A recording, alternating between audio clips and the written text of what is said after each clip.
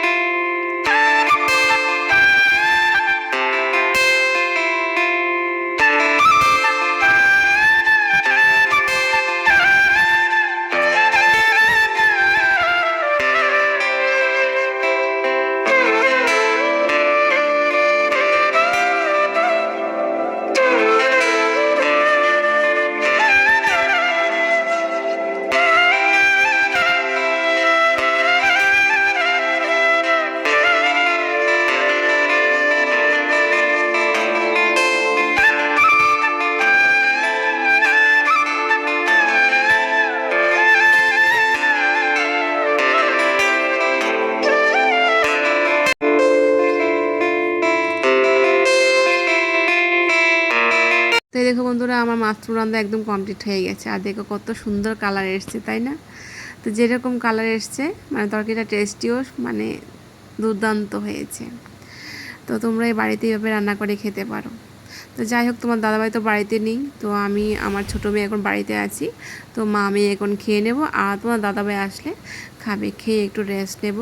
তো বিকালে আবার আমাদের বাড়িতে অতিথি আসবে, তো আবার সন্ধ্যার সময় দেখা হচ্ছে, ঠিক আছে? তো দেখো বন্ধুরা, একেবারে সন্ধ্যার সময় চলে আসলাম রেডি হয়ে নিচে। তো আজকে আমাদের বাড়িতে বললাম না যে অতিথি আসবে, অতিথি বলতে আমার মেজো জায়ের বাপের বাড়ির মানুষ আসবে, আর সঙ্গে আমার বাপের বাড়িকেও বলেছে, তারপর বড় জায়ের বাপের বাড়ি, ছোটো জায়ের বাপের সবাইকেই বলেছে। তো এর মধ্যে আমার বাপের বাড়ির মানুষ আসতে পারবে না, একটু মানে অসুবিধা আছে। তো আর দেখো বাকি সবাই চলে এসছে। তো এখানে দেখো আমার বড় যা মিষ্টি খাচ্ছে। তো আমার বড় যাকে ডাক্তার কিন্তু একটু নিষেধ করেছে যাতে মিষ্টি না খায়, একটু সুগার একটু ধরা পড়েছে। তো আর দেখো আমার বড় যা অনেক মিষ্টি খাচ্ছে, কী বলবো, যে বললে তো আর শুনবে না, তাই না? তো বলছি একটু কম খাও, বেশি খাবে না। দেখলে আর মানে না খেয়ে পাচ্ছে না, এরকম বলছে।